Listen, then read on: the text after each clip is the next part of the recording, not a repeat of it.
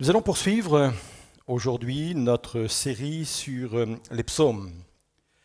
Et les psaumes que nous allons lire aujourd'hui sont en rapport avec le salut, même si du temps de David, ça n'avait pas forcément le même sens qu'aujourd'hui.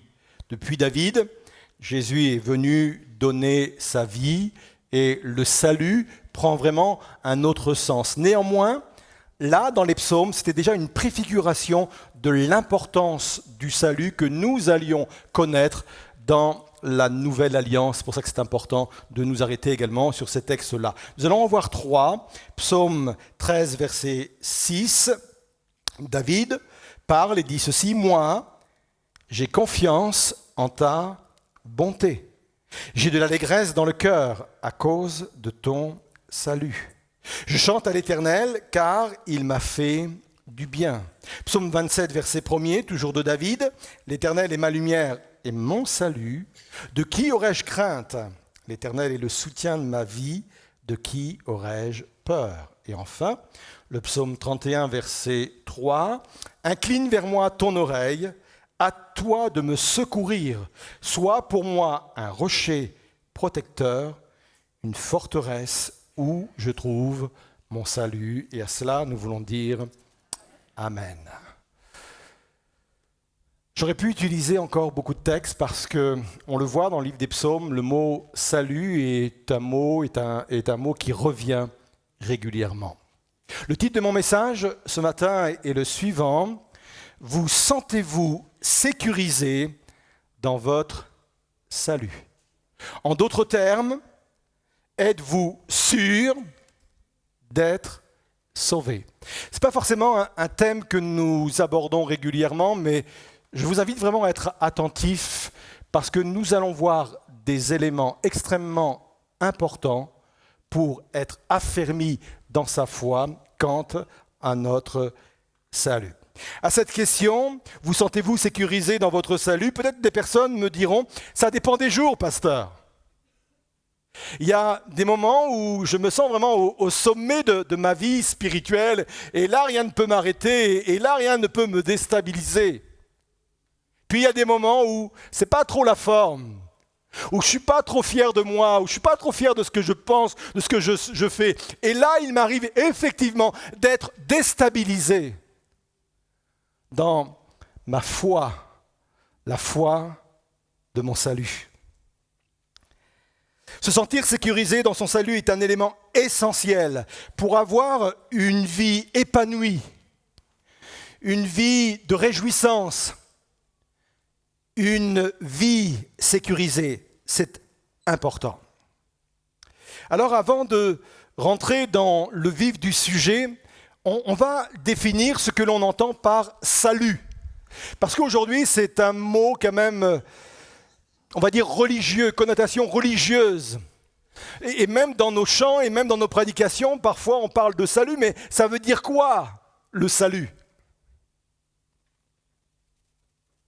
J'aime la définition de saint Thomas d'Aquin, qui a dit ceci: quand un être atteint ce pourquoi il est fait, on dit qu'il est sauvé. Quand il ne l'atteint pas, on dit qu'il est perdu. La Bible atteste que nous sommes faits pour Dieu. Quand Dieu nous a créés, il nous a créés pour lui.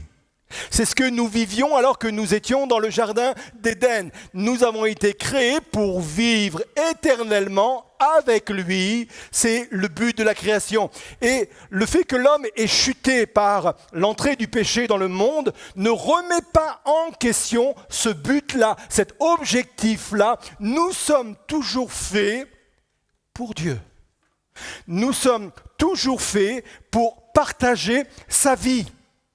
La partager ici-bas dans une relation avec lui, une proximité avec lui, mais également la partager dans l'au-delà. C'est pour ça que l'enfer, contrairement à ce qu'on dit, il ne faut surtout pas le matérialiser avec des flammes. L'enfer, en fin de compte, c'est l'absence de Dieu. Et le salut, être sauvé, c'est cela. C'est je suis pleinement dans ce pourquoi je suis créé. J'ai une relation avec Dieu ici-bas et je me dirige vers l'au-delà pour continuer cette relation avec lui. En cela, je suis sauvé. Comment être sauvé? On revient au basique là, hein, par la conversion et la confession. Conversion veut dire opérer un demi-tour. Je tourne le dos à Dieu, je ne m'occupe pas des choses de Dieu et à un moment donné, je suis interpellé dans mon cœur et je me tourne vers lui, je me dirige vers lui, je me dirige vers ce qu'il est et vers ce qu'il me demande. Ça s'appelle la conversion. Et la confession, ce n'est pas uniquement la confession de nos péchés. Bien souvent, on n'entend que ce mot-là, confession, confession des péchés. Mais ça ne suffit pas pour être sauvé. Je confesse non seulement mes péchés, mais je confesse également qui est Seigneur, qui est Jésus. Et c'est indispensable. Et vous connaissez ce texte dans Romains 10, verset 9, où il est dit « En effet, si de ta bouche tu déclares que Jésus est Seigneur, et si dans ton cœur tu crois que Dieu l'a ressuscité des morts, tu seras sauvé. » Je crois qu'on ne se rend pas compte à quel point nos paroles déterminent notre destinée. Nos proclamations déterminent nos orientations de vie. C'est Jacques qui va le dire dans son épître. Il prend l'exemple d'un gros bateau. Il dit un gros bateau est gouverné par un petit gouvernail. Et c'est le gouvernail qui va donner l'orientation du bateau. Et il dit la langue, c'est la même chose. Ma langue va déterminer la direction que je vais prendre. Bien sûr, on le prend parfois avec des exemples négatifs, mais c'est vrai également pour des exemples positifs. Ce que je déclare va orienter ma vie. L'importance de déclarer que Jésus est Seigneur, un peu comme nous l'avons fait ce matin. Une fois sauvé, il est extrêmement important de se sentir sécurisé dans son salut. Est-ce qu'il vous arrive de douter de votre salut? Alors je vous rassure, vous n'êtes pas les seuls. C'est pas pour rien que dans la parole de Dieu, l'apôtre Paul aux Éphésiens, dans la panoplie du soldat, il va parler du casque du salut. Vous savez, quand un soldat part au combat, il ne part pas avec des accessoires qui ne lui servent à rien. Et si dans sa panoplie de soldats, l'apôtre Paul dit qu'il nous faut le casque du salut, c'est-à-dire un casque qui va nous protéger de nos certitudes, qui va nous protéger de nos pensées, ça veut dire que tôt ou tard, nous serons attaqués sur ce sujet. Forcément, tu as été attaqué un jour sur le fait d'être ou pas sauvé. Forcément, si tu ne l'as jamais été, je te rassure, tu le seras. Avec cette question majeure,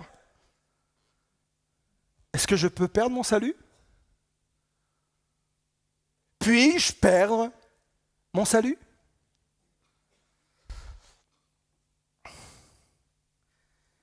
Alors, il y a différentes écoles de pensée sur ce sujet, il y en a au moins 3.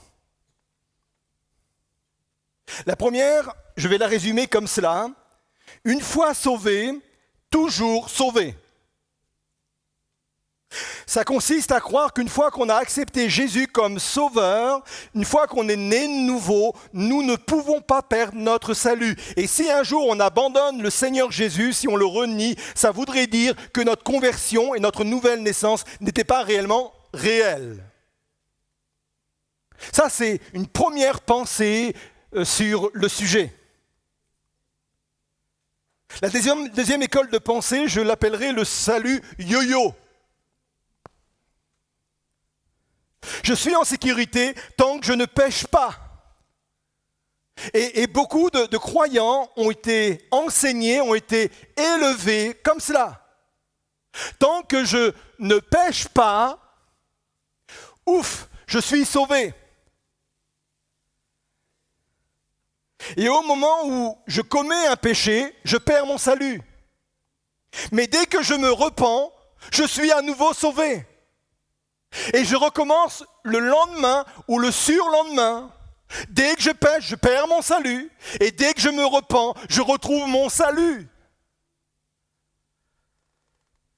Ah, il faut juste espérer que je ne meure pas avant de me repentir. Il faut juste espérer que le Seigneur Jésus ne va pas revenir au moment où je viens juste de dire un mensonge. Oh, oups. C'est ballot quand même.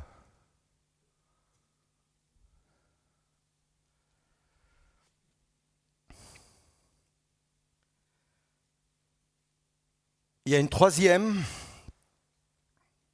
école de pensée, celle dans laquelle je crois, et je vais la résumer comme cela.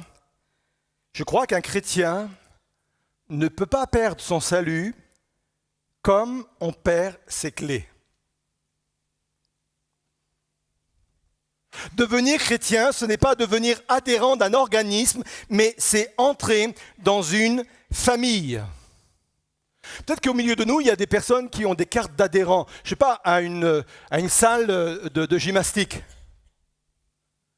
Oui, faites pas semblant que vous faites pas semblant. Ou à un club sportif. Quand vous êtes adhérent, que vous avez une carte d'adhérent, vous devez respecter certaines règles. Et quand vous ne respectez pas ces règles-là, vous perdez votre qualité de membre.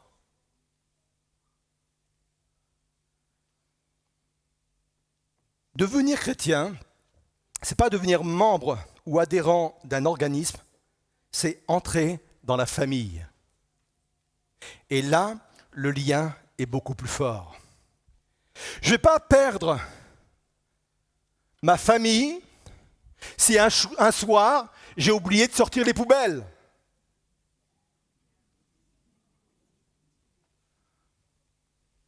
Je ne vais pas perdre ou sortir ou éjecter de mon couple parce qu'une année, j'ai oublié l'anniversaire de mariage. Oui, je sais, c'est très grave.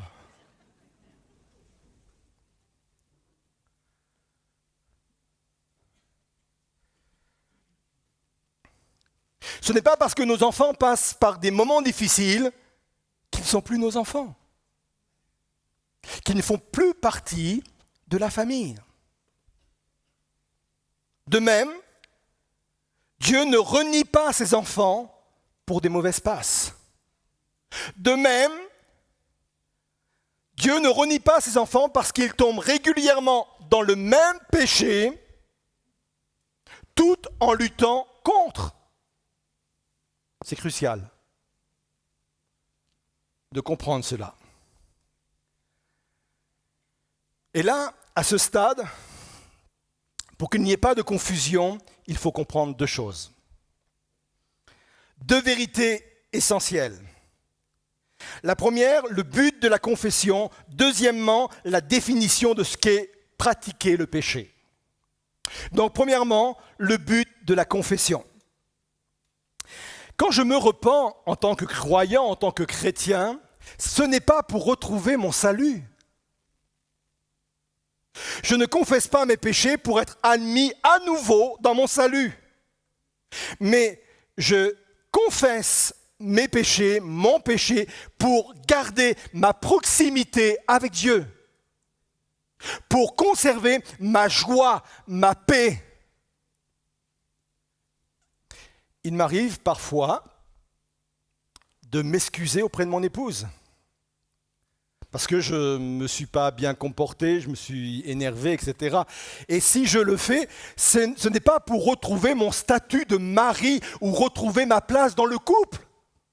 Mais je le fais parce que je ne veux pas perdre ma proximité avec celle que j'aime, avec mon épouse. Je veux garder toujours cette joie d'être ensemble, ce plaisir d'être ensemble, cette joie de pouvoir être là dans une complicité qui nous aide et qui nous fait du bien. C'est pour cela que je confesse.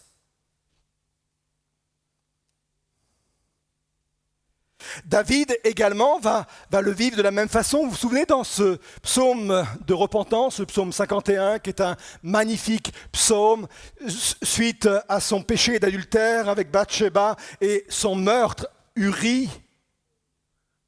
Il va se repentir et c'est formidable ce qu'il est en train de vivre. Psaume 51, verset 10, il va dire ceci. Il ne prie pas pour retrouver son salut, il prie pour retrouver la joie de son salut et la proximité avec son Dieu. Verset 10, fais résonner à nouveau la joie et l'allégresse pour moi. Verset 14, rends-moi la joie du salut. Il ne dit pas, rends-moi mon salut, mais rends-moi la joie de mon salut. Et j'ai passé le verset 13, ne me renvoie pas loin de ta présence. Et là encore, c'est un élément crucial, c'est un élément important. Il ne se repent pas pour retrouver son salut, il se repent pour garder sa proximité ou retrouver sa proximité avec Dieu et la joie de son salut.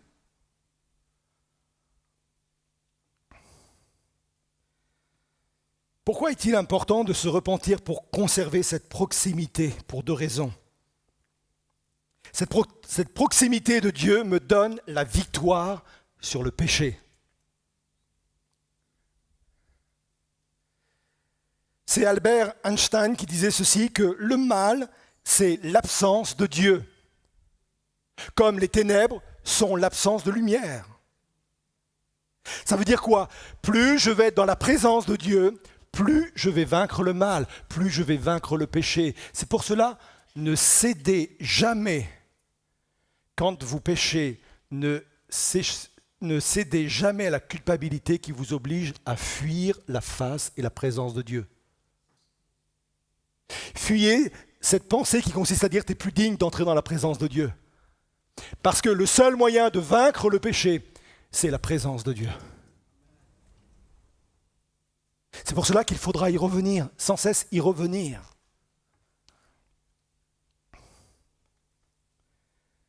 Pourquoi c'est important de conserver par la confession la proximité avec Dieu? C'est parce que celle-ci évite que je rentre dans un processus d'endurcissement.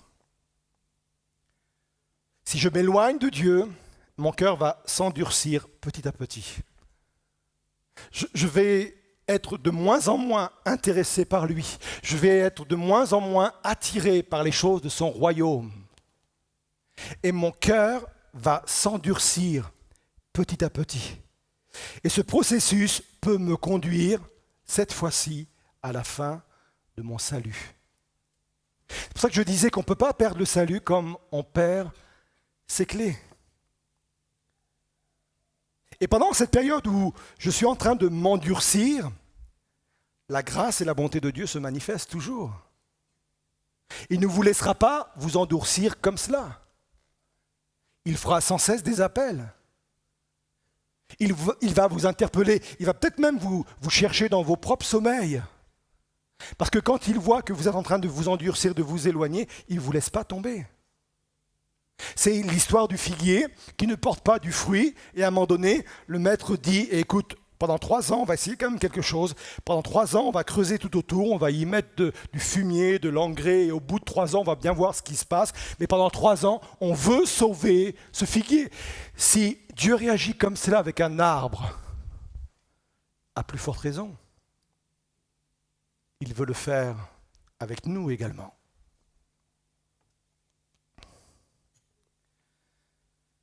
Chose importante, comprendre le but de la confession. Deuxième chose, comprendre la définition de ce qu'est pratiquer le péché. La Bible dit dans 1 Jean 3, verset 9, « Quiconque est né de Dieu ne pratique pas le péché parce que la semence de Dieu demeure en lui et il ne peut pécher parce qu'il est né de Dieu. » Alors là, pasteur, vous vous contredisez là. Ça veut bien dire que celui qui est né de Dieu, celui qui fait partie de la famille de Dieu, ne peut pas pratiquer le péché. Ça veut dire que s'il pratique le péché, il n'est pas né de Dieu. Il ne fait pas partie de la famille de Dieu. Ce que j'ai besoin de comprendre, c'est deux choses. La première, un texte doit être toujours étudié à la lumière des autres textes. Je ne peux pas mettre une doctrine uniquement sur un verset. Et les autres textes, entre autres 1 Jean 2, verset 1, dit ceci, « Mes petits-enfants », et là il s'adresse donc à des chrétiens, « Mes petits-enfants, je vous écris ces choses afin que vous ne péchiez point. Et si quelqu'un a péché », il ne s'adresse pas à des non-croyants, il s'adresse à des chrétiens. Il dit aux chrétiens, si parmi vous, ça veut dire que c'est possible, si quelqu'un a péché, et il les appelle toujours mes petits-enfants. Si quelqu'un a péché, il a un avocat auprès du Père. Ça, c'est la première chose qu'il faut comprendre. La deuxième chose qu'il faut comprendre, c'est la définition du verbe pratiquer.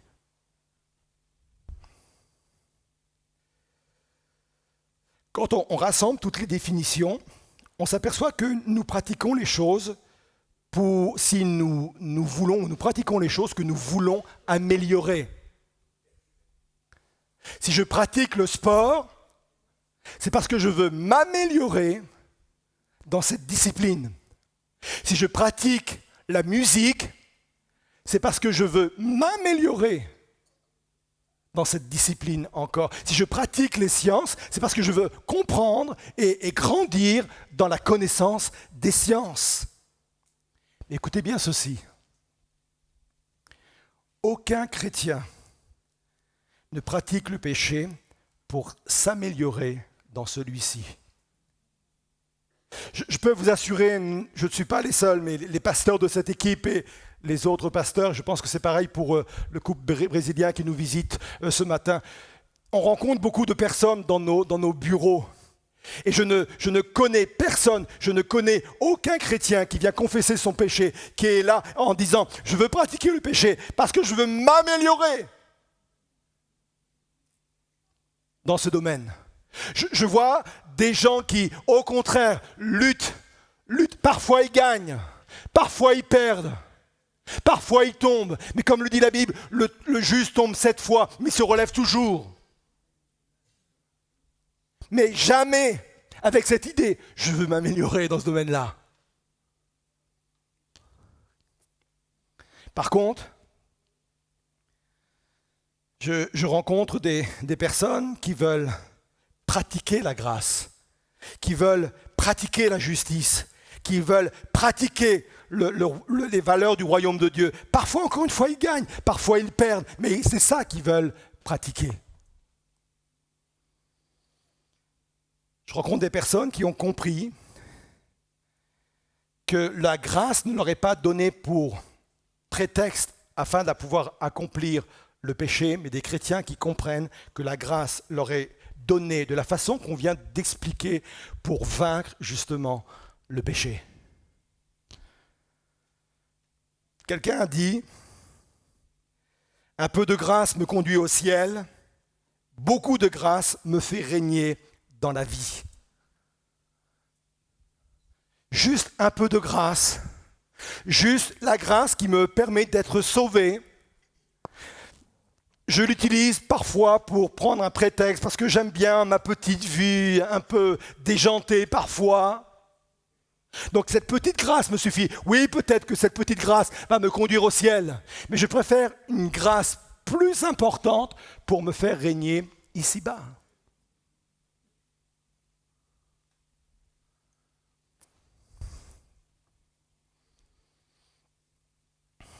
Alors je sais que les gens disent, je l'ai déjà entendu, pas formulé de cette façon, je l'ai entendu de chrétiens, je l'ai entendu parce qu'il m'arrive de recevoir des mails aussi après que je prêche. Évitez-moi d'envoyer des mails après cette prédication, je pars en vacances bientôt là.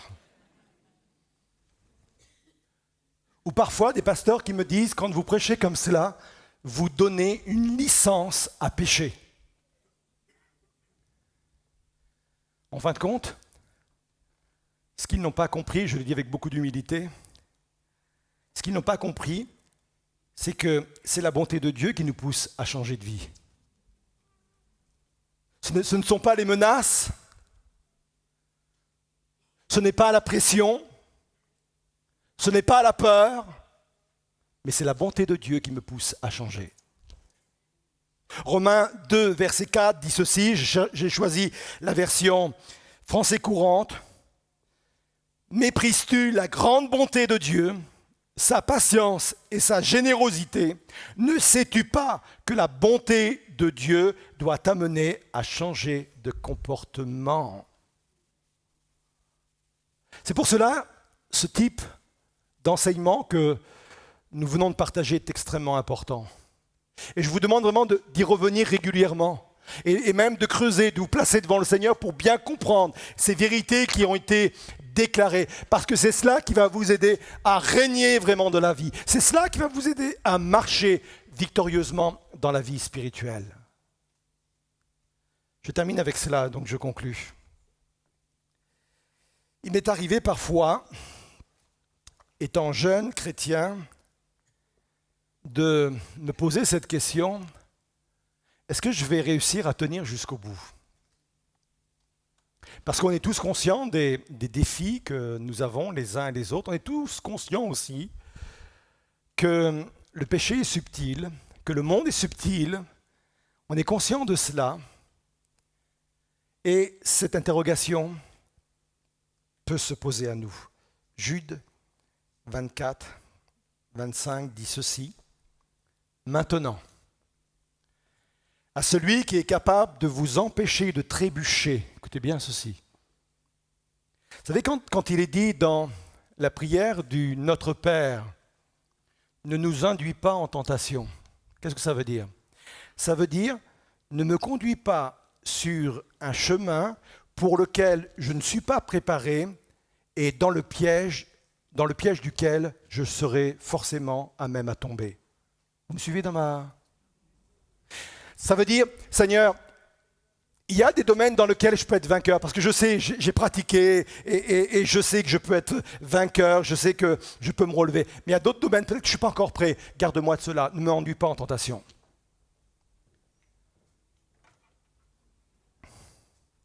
Donc je reviens à mon texte.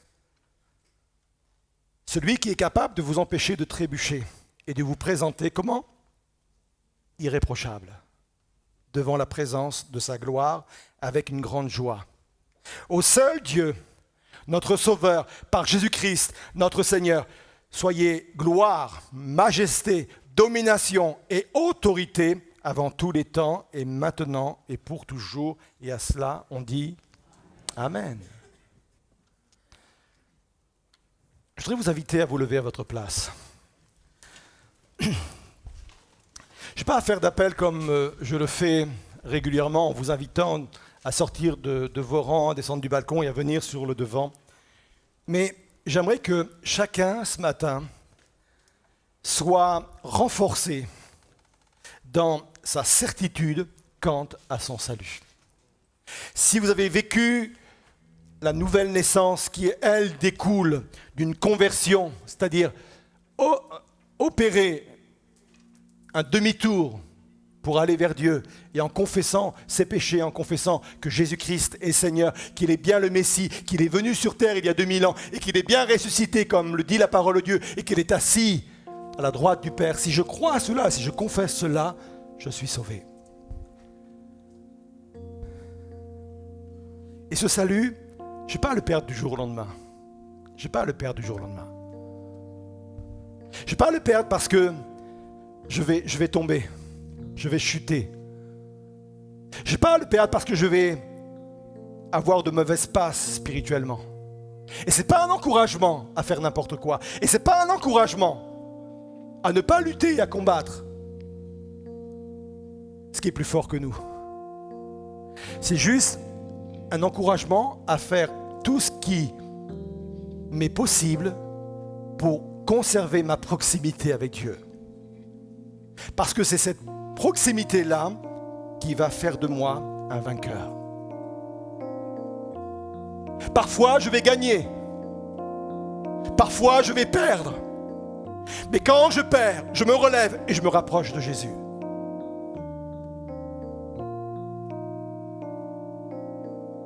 Hors de moi l'idée de pratiquer le péché. ce dans quoi je tombe régulièrement. C'est pas quelque chose que j'aime, c'est pas quelque chose dans lequel je veux m'améliorer. Ça me repousse, j'en ai honte. Par contre, je veux pratiquer la justice. Je veux pratiquer les valeurs du royaume de Dieu. Je veux pratiquer la pureté. Je veux pratiquer la sainteté. Et j'aimerais que là où vous êtes ce matin, à votre place, avec le chant qui va être chanté, avec la partie du pont, on va proclamer que Jésus est notre refuge, que Jésus est notre salut. Je vais vous demander d'avoir vraiment une introspection intérieure en disant, Seigneur, je ne veux plus douter de mon salut. Je veux être ancré dans cette assurance, Seigneur Jésus. Je veux vraiment, Seigneur Jésus, ta grâce pour réaliser cela. Ne plus jamais douter de mon salut, Seigneur. Je crois que ma vie est entre tes mains. Et voyez-vous, il y a quelque chose d'important quand on lit les évangiles. Et quand Jésus va faire cette prière à son Père, on appelle ça la prière sacerdotale, il va dire, il va lui confier en fin de compte ses brebis. Et il va dire ceci, nul ne peut les ravir de sa main. Et ça m'amène à cette pensée que c'est pas tant le fait que je m'accroche à Jésus qui va me sauver, mais c'est le fait que Jésus s'accroche à moi. C'est lui qui me tient dans ses mains. Bien sûr, mon libre arbitre va fonctionner. Si je veux quitter, je peux encore le faire. Mais ça me fait du bien de savoir que mon salut ne dépend pas au fait que je m'accroche à lui, mais dépend au fait qu'il s'accroche à moi. Gardez cette réalité en tête. Gardez cette réalité en tête. J'ai besoin de grandir, j'ai besoin d'être épanoui dans ma vie spirituelle. J'ai besoin de servir Dieu et de vivre ma vie chrétienne avec une joie que personne ne peut ôter. Alors Seigneur, je veux renforcer mon assurance. Je le fais au travers de ce chant et je le fais au travers aussi de mon implication personnelle au fond de mon cœur. On chante ensemble.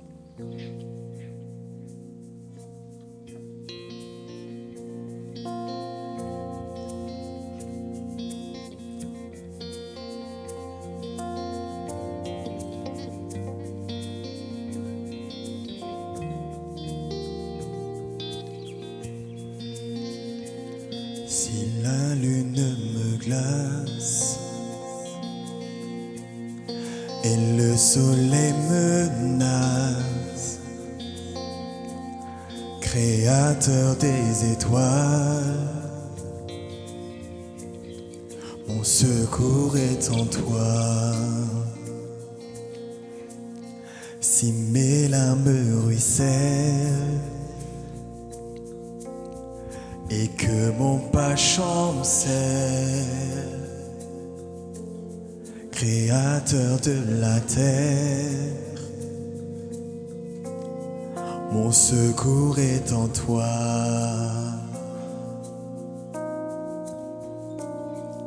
Je lève les yeux vers les hauts sommets.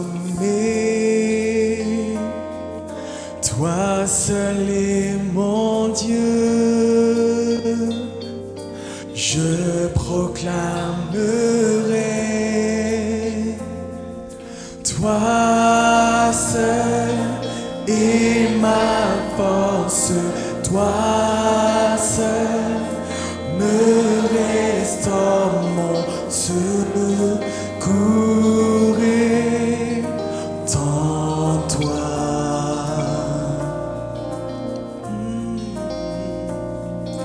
Toujours tu me portes, jamais tu ne donnes mon secours est en toi. Secours est en toi. Si la peur m'envahit et que mon âme chalit,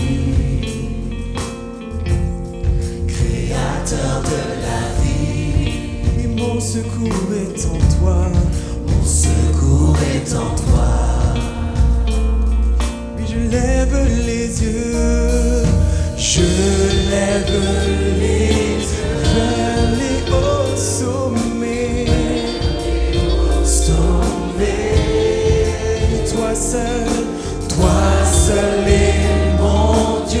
Je proclamerai,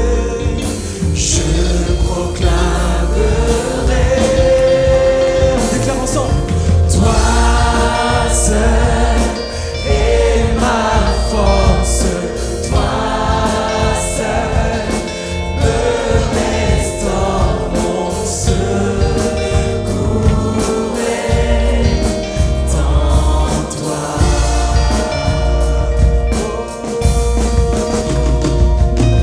Toujours tu me portes, jamais tu me donnes, mon secours est en toi. Mon secours est en toi. Oui, mon secours est en toi, Seigneur. Alléluia. Et on va proclamer ensemble. Ta victoire, mon espoir, ton chemin, mon destin, ton salut, mon refuge, tout est en toi. Ta victoire, mon espoir, ton chemin, mon destin, ton salut, mon refuge, tout est en toi. Et tout est en toi, Seigneur. Chantons-le, oui, ta victoire, mon espoir, ton chemin, mon destin, ton salut, mon refuge, tout est en toi. Ta victoire, mon espoir, ton chemin, mon destin, ton salut, mon refuge, tout est en toi. Ta victoire, mon espoir, ton chemin, mon destin, ton salut, mon refuge, tout est en toi. Ta victoire,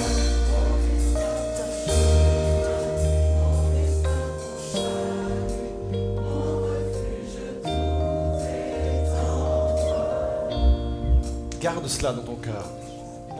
Proclame-le. On va le reprendre. Vous vous souvenez, nous avons dit que nos mots, nos bouches déterminent l'orientation que nous allons donner à notre vie. Si tu proclames ce matin que Jésus, c'est ton refuge, c'est ta forteresse, c'est ton salut, tu vas retrouver la joie de ton salut.